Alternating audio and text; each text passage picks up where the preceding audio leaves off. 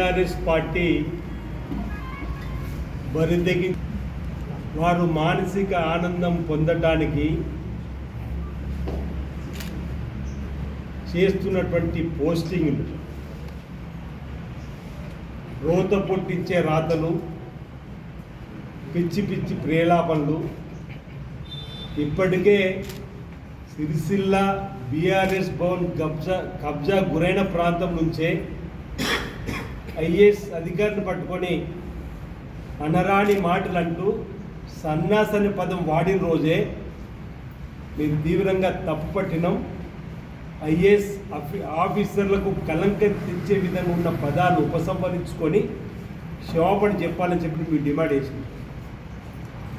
మొట్టమొదటిగా నేను మాట్లాడిన తదుపరి రాష్ట్ర ఐఏఎస్ సంఘం, రాష్ట్ర ఐపీఎస్ల సంఘం, రాష్ట్ర ఐఎఫ్ఎస్ల సంఘం కూడా కేటీఆర్ గారికి బహిరంగంగా క్షమాపణ చెప్పండి అని హెచ్చరికలు జారీ చేసినప్పటికీ కూడా వారి యొక్క ఆలోచన విధానాన్ని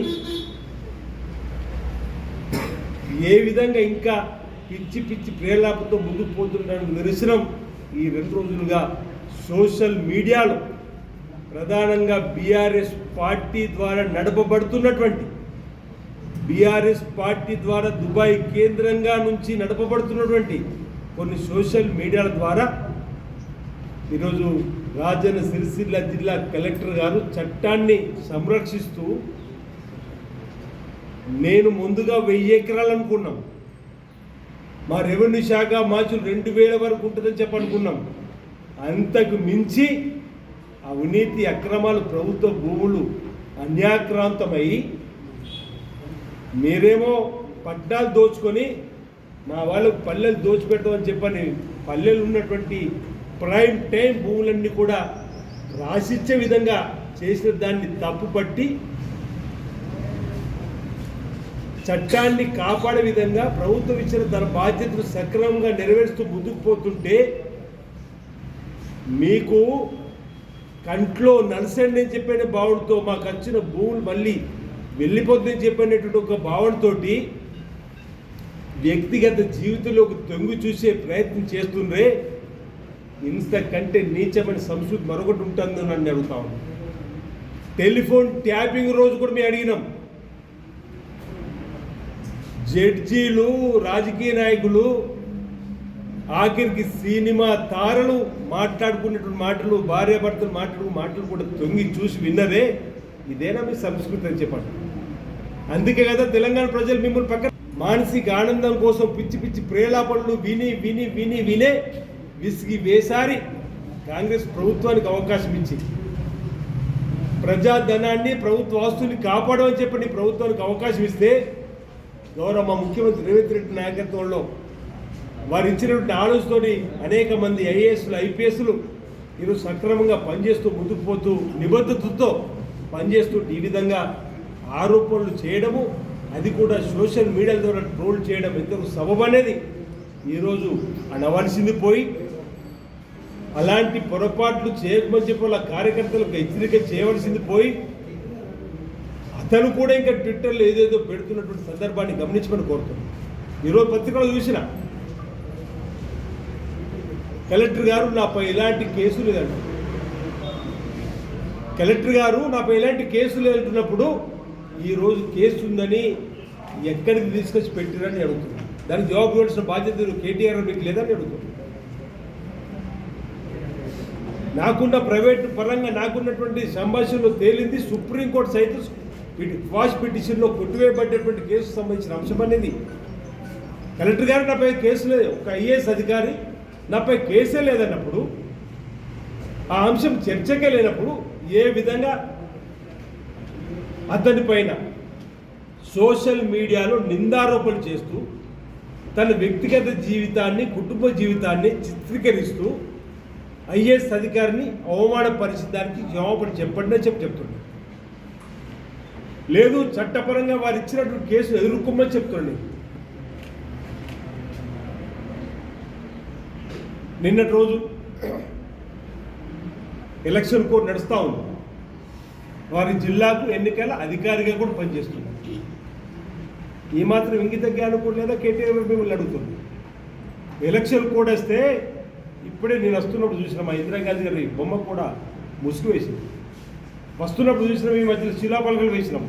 శిలాపలకలు అన్నిటి కూడా తెల్ల బడ్డతో కొన్నొక్క ఆకుపచ్చ బడ్డతో కప్పేసి శిలాపలకలు సైతం. అలాంటిది మీ బొమ్మలతో ఉన్నటువంటి ఓ టీ స్టాల్ దగ్గర, అది కూడా ప్రభుత్వానికి సంబంధించిన స్థలం ద్వారా కట్టినటువంటి ఎన్నికల కోడ్ ఉండద్దని చెప్పాలి అధికారులు చెప్తే తప్ప అని అనుకుంటున్నాను. ఎన్నికల కోడ్ తర్వాత మళ్ళీ లేదు, నీకు నిజంగానే టీ స్టాల్ నడపాలని నిరుద్యోగి ఉంటే ఉపాధిని పోగొట్టాలని మాకు ఆలోచన లేదు. కేటీఆర్ గారి ఫోటో తీసేస్తే అయిపోతున్నాయి కదా. దానిపైన ఈ ఎన్నికల కోడ్ ఉన్నప్పుడు మీద బట్టేస్తే సరిపోతుంటాయి కదా. ఎందుకు దీన్ని రాద్దాంతో ఉంటున్నా? నేను లెక్క పెడుతున్నా, రాసి పెడుతున్నా, అసెంబ్లీలో కూర్చొని రాస్తున్నా, ఎవరెవరు మాట్లాడుతున్నారో పెద్ద మాటలతో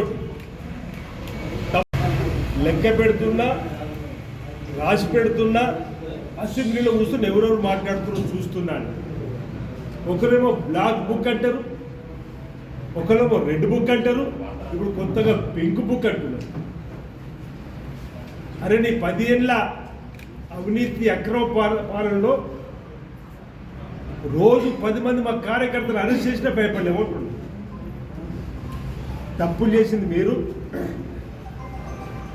ఇంకా పొరపాటు సమర్థించుకునే విధంగా మాట్లాడడం ఏమాత్రం సబబు కాదంటున్నారు. ఎన్నికల కోడ్లో ఏ రాజకీయ నాయకుడు ఫోటో బయట ప్రపంచం ఉండకూడదని చెప్పని నియమ నిబంధనలు చెబుతుంటే ఆ మాత్రం కూడా తెలియకుండా మాట్లాడాన్ని మేము తీవ్రంగా తప్పడుతూ ఉన్నాం. ఇప్పటికైనా చట్టం తలపడతం చేసుకోబోతుంది. ఎవరైతే కలెక్టర్ గారిని కించపరిచే విధంగా చేస్తున్నారో వారిపైన కఠిన చర్యలు ఉంటాయి. మేము ఐఏఎస్ ఐపీఎస్ అధికారులందరికీ కూడా మనోధైర్యాన్ని కల్పించేటువంటి క్రమంలో ఈ ప్రభుత్వం ఇచ్చేటువంటి పథకాలను అమలుపరిచే విధంగా అన్యాక్రాంతమైనటువంటి వాటిని వెలుగులో తీసుకొచ్చే క్రమంలో వారిని టార్గెట్ చేస్తూ ఈ విధంగా అసభ్యకరమైనటువంటి రోత పుట్టించే రాతలతో ట్రోలింగ్ చేస్తే భవిష్యత్తులో చూస్తూ ఊరుకోమన్నమాట. ఈ సందర్భం చెప్తూ ఈ డబుల్ బెడ్రూమ్ ఇళ్లలో కూడా అవినీతి జరిగింది. అది కూడా వెళ్ళబోతుంది. 2 అంతరాల బంగ్లా ఉన్నోళ్ళు కూడా డబుల్ బెడ్రూమ్ తీసుకుంటారే. అలాంటి వారికి వత్తాసు పలుకు.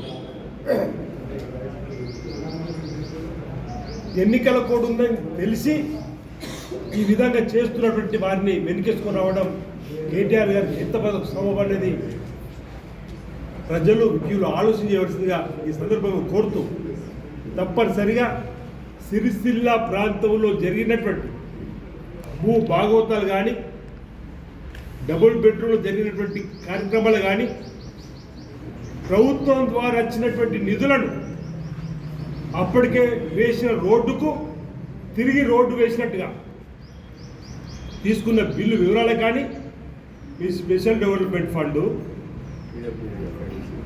మీరు ప్రభుత్వం ద్వారా వచ్చిన ఫండ్స్ అన్నీ కూడా భూ బకాసారులో మెక్కి వాటిని బయట తీస్తున్న కలెక్టర్ని ఈ విధంగా మనోవేదన గురి ఏ విధంగా చేయాలని చూస్తున్నారని అడుగుతున్నారు. ఏ ప్రభుత్వం ఇలాంటి అధికారులకు అండగా ఉంటుంది, అండగా నిలబడుతుందని చెప్పిన మాట చెప్తా ఉన్నాం. ఇప్పటికైనా బీఆర్ఎస్ పార్టీ వైఖరి మార్చుకోవాలి. ఎవరైతే ప్రభుత్వ భూములు ఆక్రమించారు, ఎవరైతే డబుల్ బెడ్రూమ్లు వాళ్ళ 2 అంతస్తుల బంగ్లాల నుండి కూడా తీసుకున్నారో, ఎవరైతే ఇప్పటికే రోడ్లు వేసి బిల్లు తీసుకుని రెండోసారి బిల్లు తీసుకున్న వాళ్ళు స్వచ్ఛందంగా తిరిగి ప్రభుత్వ సొమ్మును ఇచ్చేయండి.